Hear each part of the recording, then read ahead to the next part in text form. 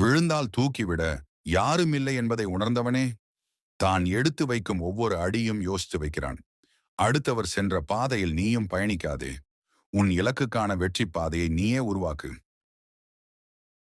வறுமையில் வாடினாலும் சுயமரியாதை இழக்காதே. நண்பன் எதிரியே ஆனாலும் வார்த்தைகளை கொட்டாதே.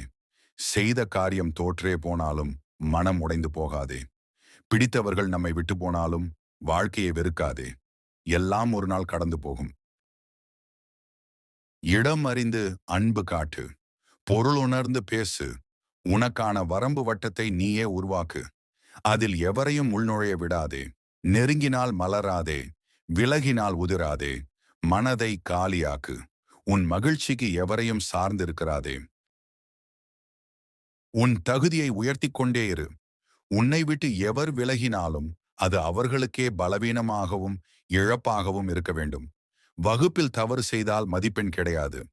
வாழ்க்கையில் தவறு செய்தால் மதிப்பே கிடையாது. இங்கு பலர் நல்லவன் என்பதற்கு சாட்சி அவர்கள் செய்த எந்த தவறுக்கும் சாட்சி இல்லை என்பதே. மனிதர்கள் புத்தி ரெண்டே விதம் தாங்க. தேவனா தேன் மாதிரி பேசுவாங்க, இல்லைனா தேள் மாதிரி கொட்டி பேசுவாங்க. மனிதன் விசித்திரமானவன். கடவுளை பார்க்க காசு கொடுப்பான்.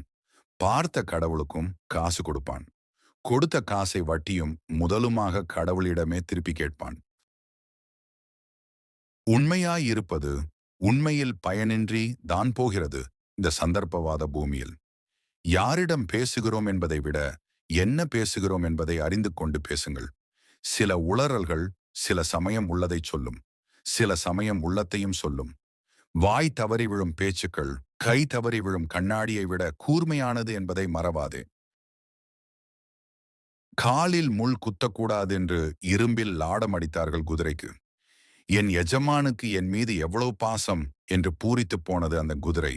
அந்த இரும்பு துண்டு பாதுகாப்பிற்கு அல்ல, இனி ஓய்வே இல்லாமல் கல்லிலும் முள்ளிலும் ஓட விடுவதற்குத்தான் என்பது அதற்கு புரியவில்லை.